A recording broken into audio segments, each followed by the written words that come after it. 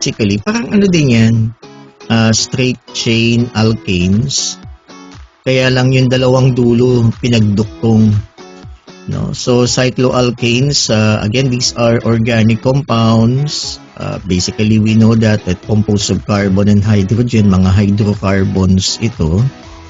Alright, and ano sila, regular alkanes din, no, with single bonds. Okay, but their atoms are connected in a close ring. Yun lang yung pagkakaiba niya, guys. Or yung bawat ends, yung both ends ng molecule are combined to form a close ring, no, instead of a straight or branched chain. And their carbon atoms are connected in a close ring instead of a straight or branched chain. And again, by the name itself, they are cyclic, meaning ano sila? Ring ang kanyang molecular structure, ring or circle. And again, they are alkanes, no? Cycloalkanes. The carbon atoms are connected by single bonds. Okay, no double, no triple, single bond. So alam na natin yan, di ba, mga alkanes. The carbon atoms are joined together by single bonds. And they are saturated hydrocarbons, so meaning that the molecule is completely filled up with hydrogen atoms. Now, each carbon holds as many hydrogens as possible. So, even though yung kanyang molecular structure is a ring or a circle, the molecule is filled with hydrogen atoms. Now, each carbon holds as many hydrogens as possible. Kaya lang yung kanyang molecular structure ay ring or bilog siya. Alright guys, so yun yung ano. And basically the same molecule. No, except yung ano siguro methane, 'di ba, sa alkane, yung straight chain may methane, 'di ba? Kasi methane has only one carbon atom. Kaya lang you cannot form a ring sa methane, 'di ba? You cannot form a ring sa methane. Kaya lang, ang problema sa ethane, you cannot form a ring. Di ba? Oo, you cannot form a ring with two carbon atoms. So, walang cycloethane. Wala ding cyclomethane. Kasi methane, di ba, one carbon. You cannot form a ring. Di ba? Lalo na pag ethane. Ethane has only two carbon atoms. So, you cannot form a ring. So, ang susunod doon is propane, di ba? Propane with 3 carbon atoms. So, pwede ka na mag-form ng close structure pag propane. Di ba 3 carbon atoms ang propane? So, pwede mo siyang i-enclose to form a triangle. Di ba? So, yun ang description natin sa cyclopropane. Cyclo kasi ring, tapos propane with 3 carbon atoms. You get it, guys? Kaya linagay ko dito structural formula featuring a 3-carbon ring arranged in a triangle. So, triangular yung kanyang molecular structure. Each carbon atom is single bonded to the 2 neighboring carbons and carries 2 hydrogen atoms each. So, ganitong itsura ng cyclopropane yan. Diba, propane 3 carbon atoms. And tamang-tama, you can form an enclosed molecular structure that looks like a triangle. Ayun, diba? Pag ethane kasi, there's no such thing as cycloethane. Cycloethane does not exist. Kasi 2 carbon atoms lang yan, and you cannot form a closed molecular structure pag 2 lang. Pag 3 pwede. Kaya lang triangular. Yan. So you have cyclopropane. Ito na yung pinaka-simplest cyclic alkane, no? Cyclopropane. Alright guys? Then anong susunod sa propane? 4 carbon atoms. So pag 4 carbon atoms, anong tawag doon? Butane. Diba? Butane. Butane has 4 carbon atoms. So, ano sa palagay nyo ang magiging itsura pag 4 carbon atoms yung magiging cyclic structure? Edi kung 4, edi parang square, di ba? Oh, so yun ang structure ng cyclobutane, guys, 'di ba? 4 na carbon atoms. So yung itsura niya parang square. No, ito yung cyclobutane, guys. Ayan, oh, 'di ba? Parang square with 4 carbon atoms. Oh, tapos lahat ng carbon may 2 hydrogen. So puno siya, kaya nga alkane siya. And yung mga bonding between carbon are single bonds. Alright? Ayan, ito naman cyclopropane with 3 carbon atoms. Okay, then ang susunod is cyclopentane, di ba? Pentane, 5 carbon atoms. So, ang magiging itsura niyan, pentagonal yung itsura.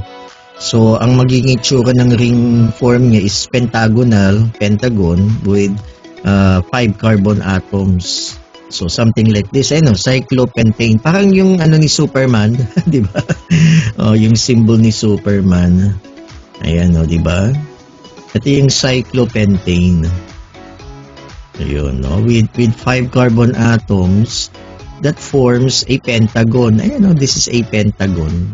Alright, guys, di ba? Napakadali lang. Oh, next, we have cyclohexane. Hexane, 6 carbons, di ba? Cyclo, ring siya. Oh, so this is a ring with 6 carbon atoms. So ano magiging itsura ng cyclohexane? So cyclohexane will look something like this. Ayan, oh. Hexagon. You know, di ba? Hexagon siya. Di ba, guys? So with 6 carbon atoms, then each carbon has 2 hydrogen, H2. Ayan, guys. So this is cyclohexane. Then anong susunod sa cyclohexane? Cycloheptane. Cycloheptane with 7. Yan, with 7. Ito, cycloheptane with 7 carbon atoms. So 1, 2, 3, 4, 5, 6, 7. Each with 2 hydrogen. So this is cycloheptane. So anong susunod? Cyclooctane. Anong itsura ng cyclooctane? O, ganito din, di ba? Ayan, with 8 carbon atoms. That forms a ring. And each carbon has 2 hydrogen atoms. Ayan, o, diba, guys? Ayan. Anong susunod sa cyclooctane? Cyclononane. Ayan, o, cyclononane with 9 carbon atoms. Then, anong susunod dun? Cyclodecane. Ayan, cyclodecane. Decane, cyclodecane with 10 carbon atom. So, mag-insert ka lang dyan ng isang carbon. Yun na yun. Wala akong makitang picture ng cyclodecane sa internet. Ayan, guys. So, that completes our cycloalkanes. Ayan, yun yung mga cycloalkanes natin.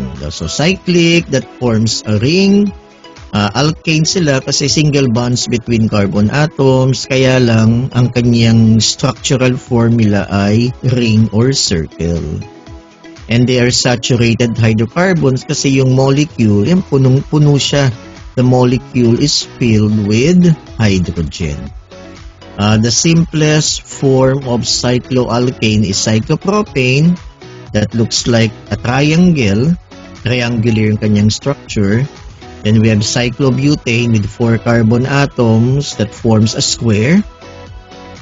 The structural formula resembles that of a square with 4 carbon atoms.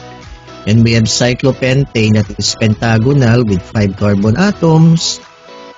Then we have cyclohexane with 6 carbon atoms. Ito, di ba?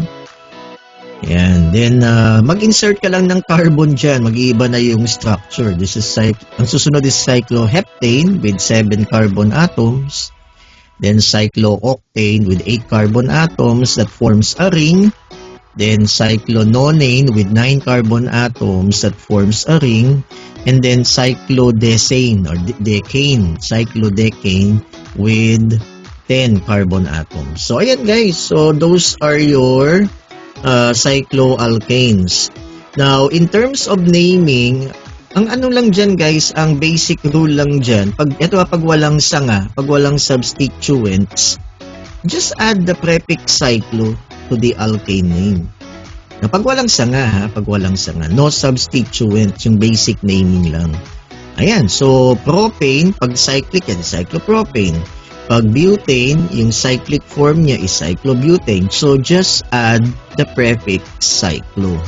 So that's how we name cycloalkanes without the branches or with no substituents. Ayan, just add the prefix cyclo to the alkane name. Alright. What about if the cycloalkane has substituents, no, kung may sanga? Ito ngayon yung mga rules. Alright, so rule number 1, pag isa lang yung sanga, like ito, like you can see in the picture, ayan, the substituent is methyl. Okay, so you don't need a number. So kung saan nakakabit yung sanga, that is assumed that that's carbon 1. Pag ganito yung itsura ng cyclohydrocarbon, yung bawat dulo nito, yung bawat corner, that will represent a carbon atom. So ito yung this is a hexagon, di ba? Hexagon to. So yung bawat corner niyan represents a carbon atom. Ayan, to carbon atom, to carbon. Hindi na in-indicate yung letter C. No, parang napakasimple lang nito, yung hexagon na ito. Bawat sanga niyan will represent a carbon atom. Ngayon, ito, this is methyl, yung CH3 methyl, nakakabit siya dito. So we will assume that this is carbon 1. Ayan, assume it's at carbon 1. Kung saan nakakabit yung substituent, in this case, methyl. Ayan. So, anong pangalan nito, guys? What's the name? Methyl group attached to cyclohexane. Cyclohexane ito with 6 carbon atoms, di ba? At tapos may methyl group. So, ang pangalan nito is, you don't need to indicate the number, by the way. Pag isa lang yung sanga, ha? So, this is what? Methyl cyclohexane. Yun lang, napakasimple, guys. Methyl, ito yung substituent, then cyclohexane. Alright?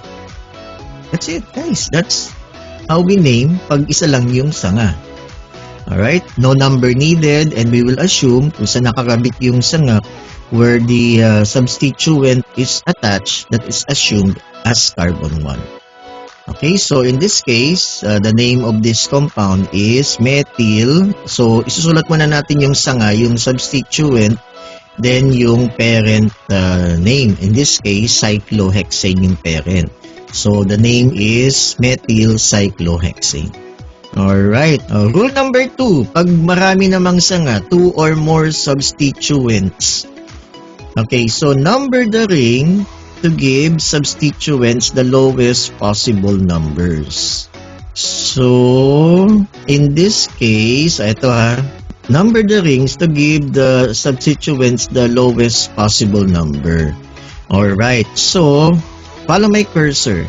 Kung gagawin natin tong carbon 1, tong methyl na to, na nakakabit dito. So, that means, pag ito yung carbon 1, yung susunod na sanga is attached to 1, 2, 3, 4. Nasa carbon 5 siya. No? Diba? Hindi siya lowest. Ngayon, kung ito yung gagawin natin na carbon 1, just follow my cursor, guys. Kung ito yung gagawin natin na carbon 1, so this is 1, yung susunod na sanga is 2. So, ang rule dito, we have to give the substituents the lowest possible number. So, ano yung lowest? 1, 5 or 1, 2. Di mas mababa yung 1, 2. So, number the ring to give the substituents the lowest possible numbers. Then, list the substituents in alphabetical order. So, alam na natin yan. Yung basic rule natin, guys, yung we will follow the alphabetical arrangement. Then, walang pakialam yung mga prefixes like di or tri. Alam na natin yan. Okay, so everybody look at this example. Ayan, no? So ang parent name niya is cyclopentane kasi 5 carbon atoms, no? Cyclopentane ito. Then dalawa yung sanga niya na both methyl groups, di ba? So if we will consider the lowest possible number, ang magiging number nito is 1, 2. 1, 2. Di ba? 1, 2. Tapos dalawang methyl, di ba? So 1, 2 dimethyl cyclopentane. Yun yung pangalan niya, guys. Everybody look at this. Ano yung parent structure? So this is 1, 2, 3, 4, 5, 6. So hexane to ulit. Ring. So cyclohexane. Ngayon, na-numberan natin ngayon siya. Paano natin na-numberan? We should consider yung numbering sa lowest possible niya. So, kung gagawin natin tong 1, follow my cursor. So, 1, 2, 3, magiging 1, 3 ito. Kung ito yung gagawin nating 1, ganun din. 1, 2, 3. Clockwise yung bilang natin, by the way, guys. Kung gagawin natin itong carbon 1, so 2, 3, 4, magiging 1, 5. Diba? Magiging 1, 5. So, ano yung mababa? Ito, kung gagawin natin itong carbon 1, 1, 2, 3, magiging 1, 3. Ayun ang pinakamababa, 1, 3. Alright?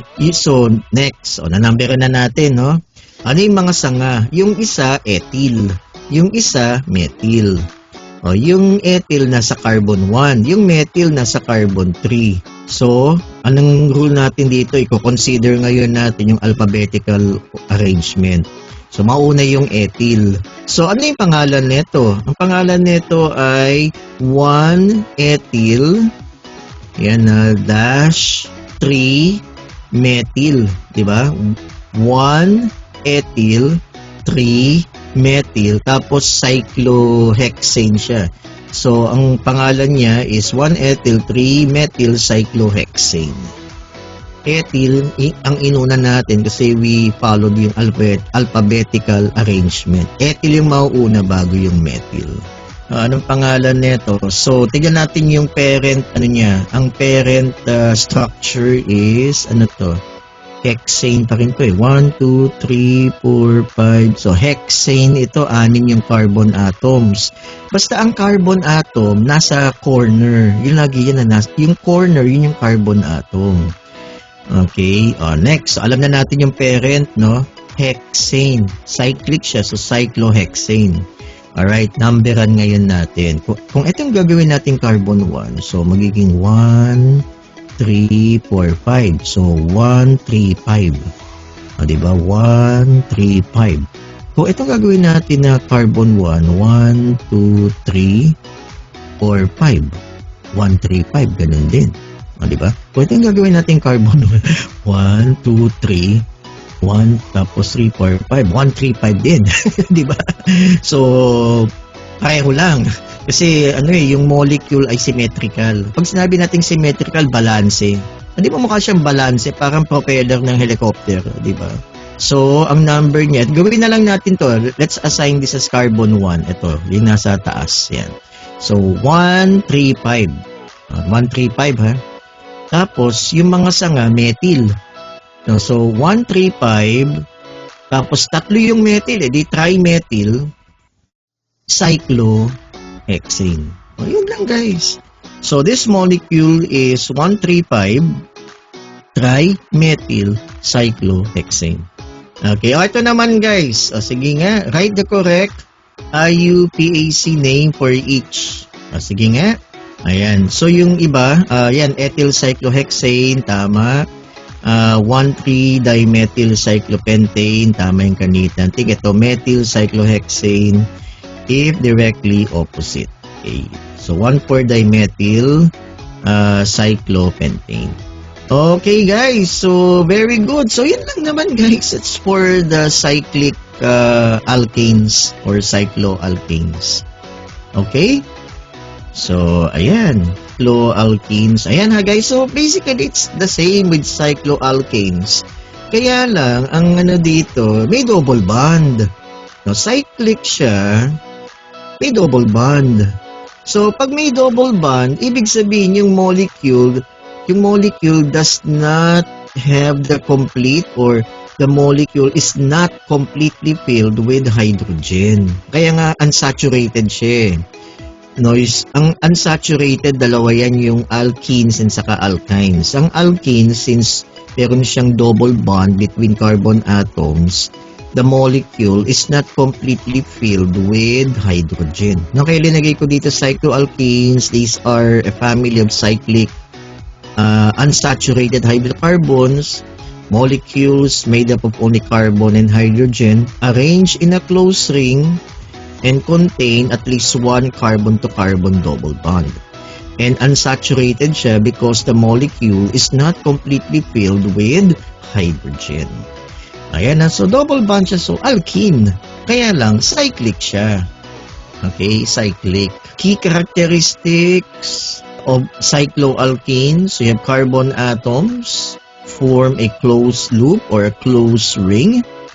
And you have double bonds between at least one carbon-to-carbon double bond inside the ring. This makes them unsaturated and more reactive than cycloalkanes. Alright, general formula, it's basically the same, di ba? As in yung mga straight chain alkenes, CnH2n-2. Alright, N is the number of carbon atoms. So, alam na natin yan, guys, ha? Ayan, and cycloalkanes, okay. This differs from alkenes. Ang straight chain kasi H2n, H2n. Diba? Yun yung sa straight chain. Etong cycloalkanes, may -2, no? Because the ring removes the 2 extra hydrogen atoms. Kaya -2. Okay, naming, we name these cycloalkanes by adding the prefix cyclo to the alkene name, matching the number of carbons. The double bond is assumed at carbon 1.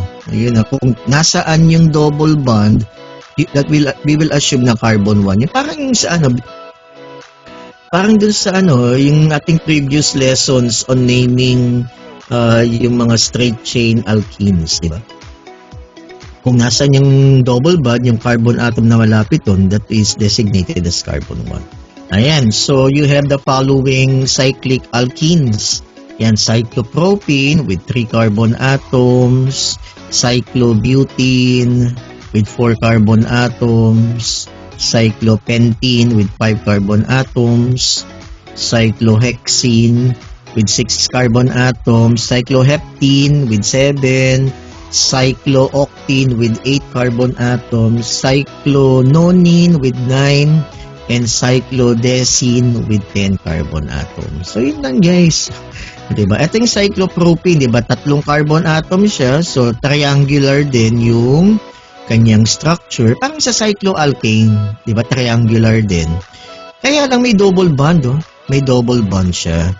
And because of the double bond, nabawasan siya ng dalawang hydrogen. Diba? Pag cyclopropane to, pag cyclopropane, tigda-dalawa sila ng hydrogen.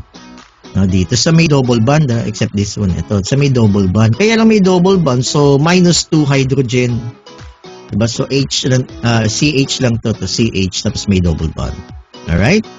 Okay, this is cyclobutene. Yan, square din siya with 4 carbon atoms. Ayan, no, ito yung double bond niya. So, ito yung magiging carbon 1, 2, 3, 4. O, diba?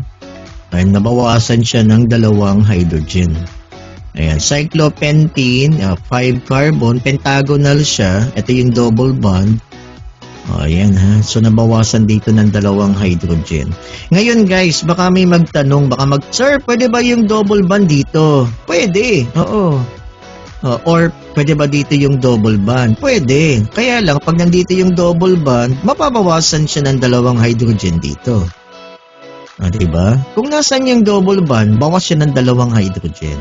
Basta ang importante dito, yan, 5 carbon, so pentagonal siya, tapos may double bond. Sir, pwede bang 2 double bonds? Di pag 2 double bonds, anong prefix ang gagamitin natin? Diene, di ba? Diene. Di ba parang sa previous lesson natin? Kaya lang, basta ring siya. Ang formula niya, yung structural formula ay ring. Tapos may double bond. Ito yung cyclopentene. Ang susunod, pentene, hexene. Ito cyclohexene with 6 carbon atoms. Kaya lang, ito yung double bond. Oh. Ayan. So again, ang tanong, pwede ba yung double bond dito? Pwede. Kahit saan, pwede. Basta kung nasan yung double bond, we will designate yung first carbon as carbon 1. Then, bawas siya ng dalawang hydrogen. So, ating cyclohexene. Anong susunod? Cycloheptene. Ayan, wala akong picture ng cycloheptene. Heptene with 7. Octene with 8. Cyclononine with 9. Cyclodecene with 10. Yun lang yun, guys. Alright, so ayan, ito yung mga structure niya. Cyclopropene, mukha siyang triangle. Yung cyclobutene, square siya. Basta may, may double bond. Oh.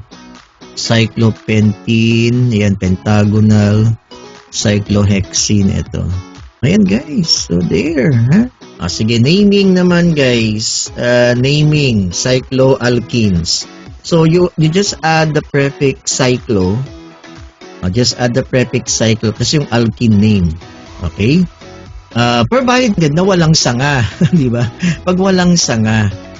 Alright? Always assume that the double bond starts at carbon 1 and you don't need to write the number 1 in the name. Ayan. Kagaya yung kanina sa alkenes. Alright? So, cyclo plus yung alkene name. Ayan. Pag 3 carbon, cyclopropene. Pag 4, cyclobutene. Pag 5, cyclopentene. Di ba? Pag 6, cyclohexene. Pag 7, cycloheptene. Pag 8, cyclooctene. Yung spelling natin yung cyclo, tas dalawa yung O. Hindi cyclooctene. Hindi. Dalawa, cyclooctene. 9, cyclononine. 10, cyclodecene. Yan pag walang sanga. Just add the prefix cyclo. Alright? Okay, guys? Paano naman pag may sanga? Pag rule number 2, double bond. Kung nasan yung double bond, yung lowest possible number, kung nasan yung double bond, yun ang magiging carbon 1 natin. Yun yung priority. Okay, the double bond is always automatically numbered as positions 1 and 2. And you don't need to write yung number. So, cyclohexene, ganon. This is the number 1 difference from naming cycloalkanes. Okay? So, alam na natin yan, guys, ha? Kung nasan yung double bond, yun yung magiging number niya. 1, 2. Diba? Positions 1 and 2 kung nasan yung double bond. Okay, rule number 3, numbering the ring with kapag may sanga. Pag may sanga, numbering the rings with substituents. Number the ring carbons starting from one end of the double bond. Go towards the double bond. Ayan, go toward the double bond, then follow the direction that gives the substituents the lowest possible numbers. So start at carbon 1, carbon 1 of the double bond, and carbon 2, the other double bond carbon. Continue around the ring to give the attached groups the smallest number. Kagaya nito, before we proceed to rule number 4. Ayan, methyl group at carbon 4. Ayan, on cyclohexene. So, ang parent is cyclohexene. Tapos, yung methyl group nasa carbon 4. So, ang number niyan is, pag isa lang yung sanga, ha? So, magiging ano yan? 4 methyl cyclohexene. Diba? Isang methyl group lang. Yung number 4, kung nasaan kung saan nakakabit yung sanga, which is at carbon 4. Okay, so next, 2 methyl groups at carbon 3 and 4. Di dalawang, ang magiging name yan ay 3,4 dimethyl tapos cyclopentene. Diba? 2 methyl groups. Tapos, hindi linkit yung parent. Ayan, diba? Alright, guys. So, ganun lang. It's the same. Ayan. Rule number 4, multiple substituents. Pag maraming sanga, 2 or more, list substituents in alphabetical order, ethyl before methyl, then use di, tri, tetra for duplicates. Ayan, ha? Alright. Ito, cheat sheet. Ayan, number 1, add cyclo pag walang sanga. Then step 2, double bond, yun na magiging carbon 1 and 2. Okay, then number towards the substituents. Get the lowest possible number. Then you consider the alphabetical order. Pag dalawa yung double bonds, then use diene or triene. Yung mga prefixes niya. Okay, sige nga, gawin natin to guys. Yan, 6 carbon ring. 1 double bond. So, ano to? 6 carbon ring, 1 double bond. Anong pangalan yan, guys? 6 carbon ring. Ayan. Alright. 6 carbon ring. Ano to, guys? 6 carbon ring is hexene, cyclohexene. 1 double bond, cyclohexene. Wala namang sinabing sanga, di ba? Wala namang sanga, cyclohexene, di ba? Alright. Next, 5 carbon ring. 5 carbon ring is pentene, cyclopentene. Methyl at carbon 3. Ano to? 3. Sige nga guys, kayo naman. 3 cyclopentene. Diba? 3 cyclopentene. Tama ba? Sige, you correct me pag mali ako. Ito, 6 carbon ring. Ito, kayo naman guys. Come on. Sige, tingnan natin kung tama. Yung 3,4-dimethyl cyclohexene. Uy, galing ha? Yung kanina, cyclohexene. Kasi wala namang sanga to eh.